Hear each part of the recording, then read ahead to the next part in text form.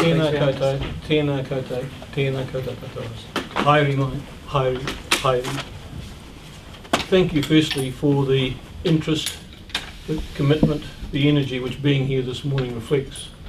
I think that's really, I'm somewhat overwhelmed really. And I guess somewhat daunted, if I'm honest about it. Was daunted this morning as I came down on the plane thinking what lay ahead. Having heard Mark and others, it makes me even more daunted. I was reflecting as people were talking this morning about the 1972 Royal Commission on Social Security used two words as central kind of frames for thinking about what our social security system should do. And the two words that were continued to be central were belonging and participation. The Commission in 72, which now is near enough to 40 years ago, said that those ought to be the frame around which we set benefit levels and benefit structures to enable people who were on benefit in various forms to have a sense that they had a place in the community and were able to take part in that community. And those still seem to me to be fairly kind of significant ideas around thinking about the nature of income support. But it occurred to me as I was sitting here this morning that those are also, I think, central ideas about what lies behind the shaping and the setting up of this group. In other words, that part of what we were hoping this group might do is enable those people and those who work with them to have a sense that this process belongs to them and they can participate in that. So it seems to me, it was a thought that I hadn't had until listening before. But I guess if there were three or four things that sit behind what drives us and what we're looking to do. One, as speakers have already said, was to provide an opportunity for beneficiaries, for community groups to have their voices heard in the change process. The ministers talked about a debate, so let's have the debate, but let's ensure that everybody has a chance to participate in that debate. The second thing I think is that the terms of reference and the frame which the Government Welfare Working Group is working with leaves some really significant questions out of the debate. That's not the fault of the working group. They can only work with the terms of reference that they are given.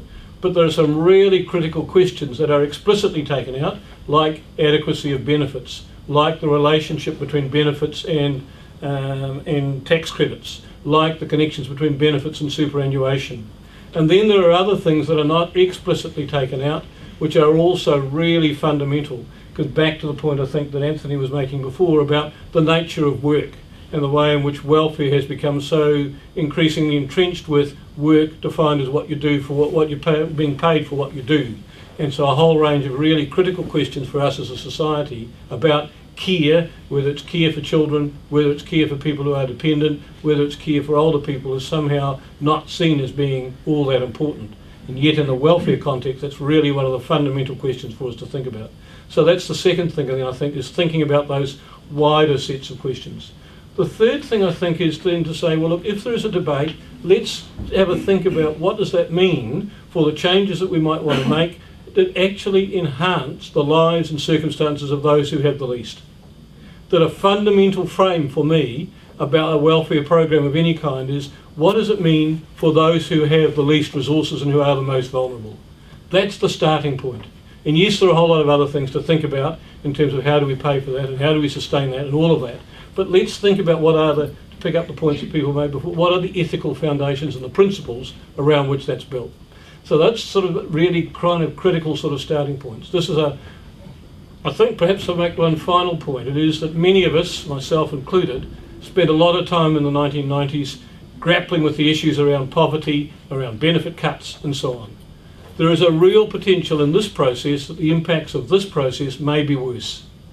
And I think we need to kind of understand all of that and to grips with saying, what would a welfare system look like that reflected the needs and aspirations and experiences of beneficiaries, of those working with those groups, that enabled them to enable beneficiaries and to have us that sense of belonging and participation that I was talking about before. So I guess the process then for us will be to say, well, how do we link with those groups, draw on their experiences, get their ideas, synthesise those in some kind of way, get those actively into the debating and discussion process, not only leading up to the end of this year, but I think we are seeing this as very much setting a base for some work that will go on well beyond the end of 2010, because clearly welfare change is a really critical piece beyond this year. One final point, that I think in the process of one of the really important pieces that has not been built into much of the debate at all is around the changing nature of work. And what does that mean in the context of welfare? And how do those pieces intersect? And how does all of that intersect with family and social relationships? And that, again, is not explicitly out of the working group's agenda, but it's certainly not actively in there either. And what's very clear from the international work is that the changing nature of work, the shifts from full-time permanent jobs to a much more